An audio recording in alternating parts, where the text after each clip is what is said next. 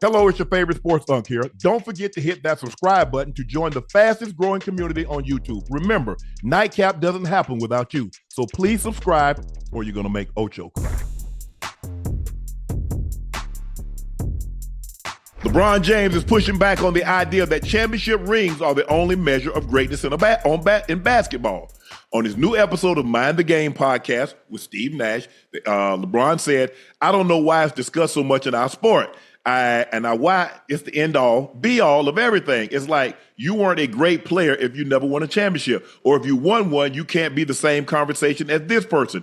You sit here and tell me Allen Iverson, Charles Barkley, Steve Nash wasn't unbelievable? Oh, they can't be talked about or discussed with these guys because they won? It's weird to me. It's like saying Peyton Manning can't be in the same room with Tom Brady or Patrick Mahomes because he only has one ring. Well, Peyton has two rings. But I get what LeBron is trying to say. But that's what society, that's what social media, that's what we've done now. We've turned everything into a ring. If you don't have a championship, it's almost it. And at one point in time, it was like that with the Grammys, bud. Man, you ain't got no Grammy. Man, you ain't got no Grammy. But sometimes that's what it takes to fuel you, though. Right? If you would have asked LeBron that prior to having a chip, he would have told you that's his motivation. What drove him. That's his drive. That's what I want to be. I want to be placed on the mantle next to those other greats. Well, you have to look at what those other great people have achieved. You have to look at what their success is gauged by. You know what I'm saying? And who they played against, the level of competition. All of these things come into that. So, and you got chips. I don't know who he's arguing for in this. I think the thing is, Bud, if you look at LeBron, look at the guys that he idolized. What did they have? Jordan, rings. Magic, rings. Bird, rings. So those are three guys that we know he looked up to. What does all those guys have in common? Championships. There's a reason why he left, because he wanted a championship. He felt that the organization didn't have the wherewithal, or he didn't trust them to get the requisite pieces in Cleveland, so he went to Miami. You see, it's a big relief once you have something, because it's easy for the person that says, "Man, I'm gonna take me some time." Well, yeah, Elon Musk can take a 6-month vacation. Jeff Bezos can take a 6-month vacation. But ask him when they were building their business, did they take a 6-month vacation? Okay. Now, LeBron, did you feel this way before you had championships or after you got them? And I agree with everything he's saying. I just believe this, Bun. When we're having a conversation and I got to put EST on it, you got to have championships. Now, I'm not saying you can't be great, because Charles Barkley, I'm old enough, you and I are old enough, because we remember a lot of these cats. I remember Charles Barkley. I remember Karl Malone. I remember Patrick Ewing. I remember some of these great players. But when I need to add EST, I just don't know how I can. But you come from football. I don't know how. You come from football. So Marino, that was always the argument about Marino on every other Barry level, Sanders, up against every other standard. He was always the litmus test for the position. The only thing was, and look, I'm a Rockets fan, so we got those asterisks next to us where Jordan would play baseball. You know what I'm saying? But no, I mean, it's a very, very real thing to have the want to get a championship, which is what inspires and drives a lot of people. But when you're a grander talent as LeBron, you know, quite frankly, if you want to be in that conversation, there's a couple of things missing. We know you have the talent. We know you have the skill. That's never been a question with LeBron James. You know what I'm saying? But if you want to be in that Mount Rushmore, you still have some work to do. And that's fine. There's nothing wrong with that. He's actually still physically capable enough to do the work. But I think, one, I don't think this should be something that should be bothering LeBron James, because he's going to succeed at a level that very few people in any sport or any business will be able to succeed. But then also, I don't know if that's something that still is potential could drive him. Because if that's who he's looking to compete with, how many more years would it realistically take him to get those extra 2 rings that he's probably looking at right now? Yeah, no. Like I said. So is this to negate that argument preemptively? Is that what we doing? I think the thing is what people hold. They say, well, you jumped. You went to Miami. You went to Cleveland. You went to L.A. And so I think, he's like, the rings. And when we talk about NFL players, they say the greatest player. I mean, Dan Marino is always on the list, the name that you mentioned, and I know Dan. I've worked with him for a decade, know him very well. We shared the same agent when we played. Is that he was always on the list, greatest player to never win a championship. That was Dan Marino. Because he could throw the ball like no one else. That quick release, 5,000 passing yards, 48 touchdowns in an era when everybody ran the football and you could hold, you could punish the quarterback, you could hit him everywhere, the top of his head, even the bottom of his feet when he laid down. You could hit him there too. So, but I just think the thing is what happened is that we used to never have these arguments because we didn't have social media. Right. We You see, now, Bun, everybody's a coach, everybody's a GM, everybody's a former player. And no matter how much you say, I don't pay attention to it, we're trained. We do. We see the negative. We see the negative. No matter how much money Elon Musk has, he's worth $400 billion. He took a drug test to say, you know what? I ain't on drugs. You see? Why would somebody say you on drugs? You worth $400 billion. What do you care? But it does. And that's what happens when, a good friend of mine, Dizzy Rascal, he's a recording artist in London. And on one of his songs, he said, you don't care about my rich man problems. I don't care about your bitch ass problems. You know what I'm saying? And that's the reality. It's not that LeBron doesn't necessarily have a valid argument. I think there's validity into his argument. Of course, you know what I'm saying? But at the same time, you're LeBron James. You know what I'm saying? To me, these type of arguments almost belittle what you've done. It's right. Almost to the point of, well, yeah, I won a couple of chips, right? Which is something to celebrate, but I didn't win as many chips as someone else, which other people would look down on. And that's okay. And what does that really, just like you said, like everybody's watching everything. We answer to the experts, then we answer to the amateurs, and then we answer to the observers. You know what I'm saying? It's one thing to not watch ESPN, right? But it's another thing to put the phone down. But even the people around you will see what's being said. You're going to get that information back. You know what I'm saying? You just gotta be able to eat. I feel like at this point you just got to eat all of that stuff. You know what I'm saying? Yeah. But is he saying that I don't need that to be considered great? So is he saying I'm one of the greats? But he got it. That's my thing. Is he trying to say, am I one of the greats and that my lack of chips don't matter? Because to the people coming up behind you, like you look like you holding a hot hand right now. In the scope of things, right? In the full scope of everything. I think the thing is, Bun, is that, bro, you got more regular season points, more playoff points. You're the only guy. You're the only guy that's top in points, rebounds, and assists. No guy that has as many assists points as you got is even in the top 10. You're in the top 5 in assists. You got 40, 11, and 11, 40,000 points, 11,000 rebounds, 11,000 assists. I think the only guy that maybe even can approach that is Luka, and I don't think Luka's body's going to allow him to play that long. I just think the thing, and this is what he said. LeBron compared the way greatness is measured in other sports, noting athletes like Dan Marino, Barry Bonds are still celebrated regardless of their championship total. Yes, we still celebrate Barry. And some people might, and even though a statement like you talking to yourself, like, look, man, I don't have to be considered. You don't have to have what everybody else had to be considered one of the greats, because I would imagine what he's alluding to is the fact that I don't have what they all have, and I'm considered one of the greats. I'm always in the GOAT conversation, that's a fair point. He got the second most finals MVPs. He's been more first team All NBA selections. He's gotten more All NBA selections. He's been to more All-Star games. He's won MVP behind Kobe for the most MVP All-Star games. When you look at his total body of work, there are very, very few people. Now, when he talks about Barry Bonds got the most home runs. He's got the most walks. He's got the most intentional walks. He's got 500 home runs. Nobody's even close. If you just take away Barry Bonds when he went to San Francisco, he's still a Hall of Famer.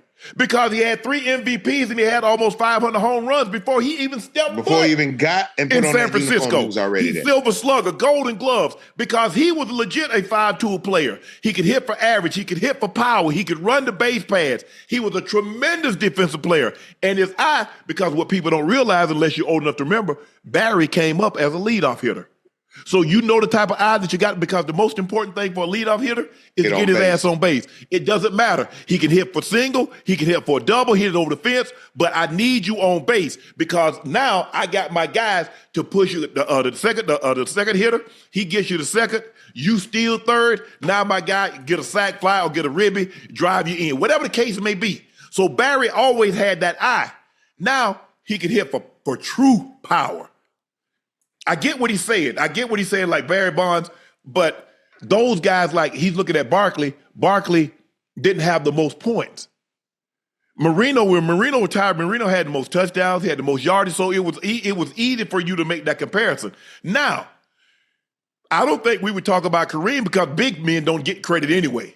Because Kareem got 6 MVPs, and people forget that Kareem got 6. He got more than anybody. I feel like he was the all-time leading scorer, and people, I remember in 1984 at Thomas and Mack, because, Bun, I don't know if people used to, they used to, because nobody really followed the NBA like that, they would go different places. Like Boston would play in Hartford, trying to get fan support. The Hawks would play in New Orleans, trying to drum up fan support. The Lakers traveled to Las Vegas to get fan support. That's where he broke it at in 1984, Thomas and Mack. But my thing is when like whose validation is that? Like that's not a general statement to me. When someone like LeBron James, who is probably one of the most covered athletes on the planet, right, has dealt with more people in the media space than anyone else possibly in sports, from his teen years all the way up to now. To his children are older than he was. Some of his children are older than he was when he entered this media world, right? Yes. Whose validation does that statement hearken to? I wonder. When you say some would say, I feel like, it's almost like there's someone who keeps invalidating his contributions that he's trying to prove wrong. And that's why I say I don't know if he's talking to them or himself.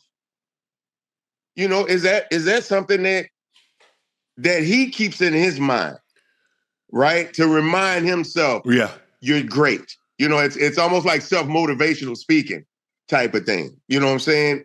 Because I don't want it to look like he's trying to downplay people's opinions of what he does. Those, I don't even, I swear that you're not going to please everybody, but but that's always been the thing about LeBron. Like, he really wants to be seen a certain way by people. You know what I'm saying? He likes to be liked. Where Kobe and Mike would like kiss my butt. Which is LeBron. I think LeBron is me, and the little bit that I've been around him. He's genuinely a nice guy. He really wants to be liked. Like I said, I don't know him. Some people might say whatever, but I just know in the little bit that I've been around him, he's a likable guy. And some guys like to be liked. Some guys don't care if you like. Mike does not care if you liked him. Or I shouldn't say ED, like. L-I-K-E or L-I-K-E-D. Right. Like or liked.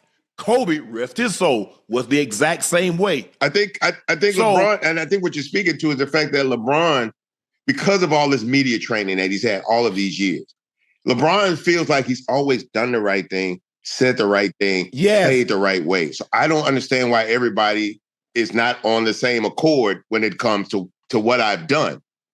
You know what I'm saying? But it's because we've had people who have had LeBron James was born to play basketball. Yeah. You know what I'm saying? Like physically, like he was born to play the game. Everybody wasn't like that. Mike had to work to get there. Kobe had to work to get there. They weren't inherently born with these physical traits that LeBron was given. That body, that height, that speed, that size. And the thing is, you know what? Sometimes familiarity breeds resentment. Because LeBron is cool with everybody else, they feel like they can take shots at him. And they know he's not going to shoot back in that way. You know what I'm saying? That's the thing. That Absolutely. I've been the nice guy, right? I've been the guy that, because my brother was a little rough, so I had to try to come in and smooth everything out. But every situation, sooner or later, it can't get smoothed out. So all that trying to keep everybody cool and calm, at some point, you can be all of that and it still get punched in the mouth. So, exactly, because the Bible teaches and metaphorically like, hey, turn the other cheek.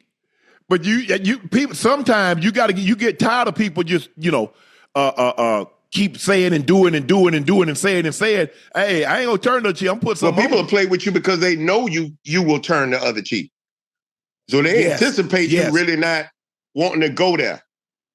Every now and then you gotta pull slide to the side and be like, hey man, I will dog walk you, bro. Like I will dog. Don't play with me like that. Just because I don't mean I won't. That's always been my motto. Exactly. Just because I don't mean I won't.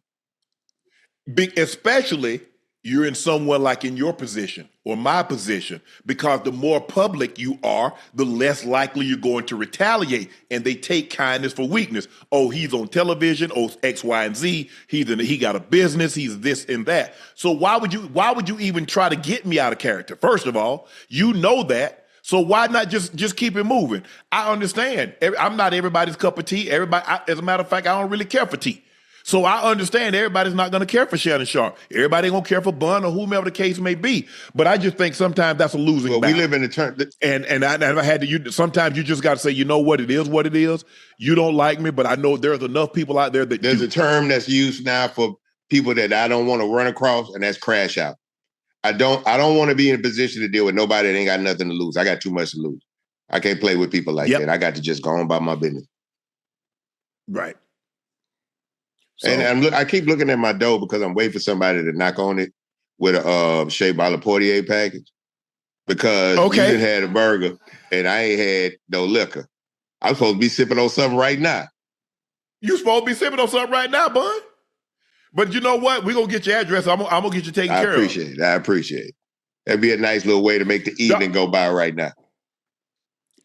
Doc Rivers is pushing back against the trade speculation involving Giannis. It's so ridiculous, and I've heard all these reports. You hear all this stuff, but you don't like when you hear it. You're like, it's not true, but still, your players hear it and everybody else hears it. I don't know how many times Giannis has said he wants to be a Buck and he wants to win a title with the Bucks, and it's so cool to me because it's not the way it's done anymore. But with certain guys, I don't think Steph Curry would ever leave Golden State ever. I'm always hoping, obviously, Giannis feels the same way. That's the way it's been for so far, and it's been great. It's been awesome.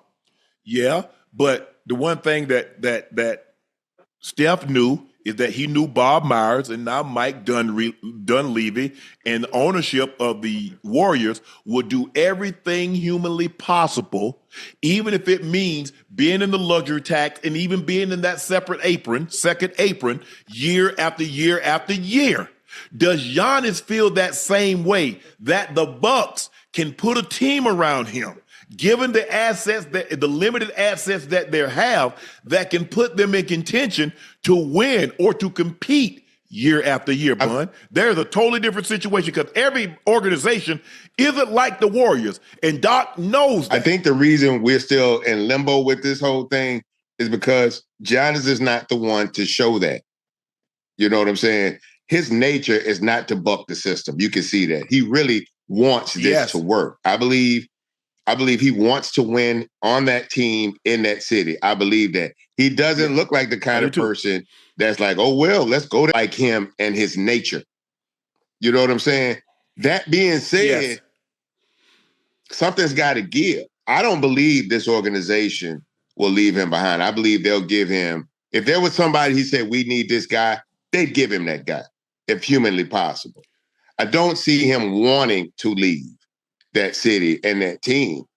And I don't think he feels like he's in a position where he has to right now. I do believe there's going to be some pieces that are going to be available in this offseason that if they could go and get one or two pieces that make him a little more comfortable. I don't think he wants to leave. I don't think he wants to start over in a new city with a new team, with new ownership. That doesn't seem like John is just ready to, I just want to go where I can win. He doesn't have that. You see that in other players that are willing to go and leave a team and leave an organization. I just want to go where I feel I can win.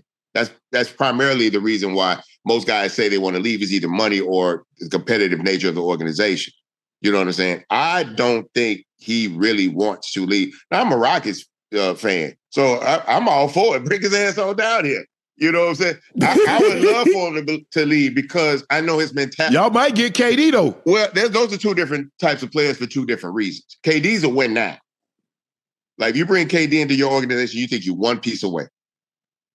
Yeah, hell, you bring Giannis in, you think you one piece away. Yeah, but if you bring Giannis in, you one piece away that could work for you for another 5, potentially 7 years.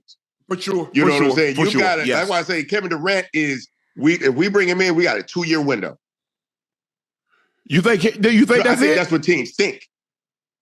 Okay. That's my thing. I think the age and the salary is going to put people in a position where we just can't do it. But you see where he's looking. He's looking for teams with tax breaks. Right? Yeah. I think with Giannis, Giannis is a very wholesome, very family kind of guy. I haven't heard anything about them being wild or whatever, because if he wanted a lifestyle, he wouldn't stay where he's at. I think that city, that community is just enough for him. Right? Because going to LA would be, if he leaves it to go to LA or a major market, they're going to demand a lot more of him. You know, I feel like Giannis could go to the bakery, Giannis could go to the dry cleaners, and that lends itself to his lifestyle. You know what I'm saying? But certain other cities would demand more out of him because they're a lot more media driven, they're a lot more sponsor driven. You know what I'm saying? And I think I think that's a reason that keeps him with the Bucks. Because he's the biggest fish in that pond by far. Yeah, and I mean it not on the team, even in the city. You know what I'm saying? In the state, he's one of the biggest deals there. I think that's a comfortable place to be if they can give him those pieces. And he's a guy to cut you off, Shannon, he's a guy that'll let some bread go too. Yeah, I believe that. But let me ask you this. Giannis has had success. He's won a championship. Once you start having success, you crave it. It's like success is a drug. I don't care what anybody tells you. You know this, Bun. I know this. Success is a drug, and you crave it. And the more you have it, the more you want it. And the last thing that you want is that you have a taste of it. And it's almost like they let you sample it. You sample, you like, you buy. Okay, he sampled that success, a championship. Now that's all that matters. He's got MVPs. He's got Defensive Player of the Years. The only thing that matters to Giannis now, how many more will he stack? I don't think Giannis leaves in this next season. I don't think he leaves that quickly. But I do think this may be the last shot. I believe he's trying to be as patient as possible, but like you said, he's tasted it. And I think he's got enough basketball wisdom and IQ to see if I was here, this would be over. If I played for this team, this wouldn't have even been a question because this guy plays that position much better than my guy. This guy coaches these situations better than my guy. You know what I'm saying? But Giannis is not a rock the boat kind of guy. It just don't seem like that to me. I feel like that's the kind of dude you got to really mess over him or for him to really feel unappreciated. And I don't think he's hit that wall yet in Milwaukee. Right. But I do think they might have one more season. They on the clock. Yeah, absolutely. They got one more season. We're going to see what you do in the offseason. We're going to see what you do in All-Star break. And if this tide ain't shifted, something got to give. Something's got to give.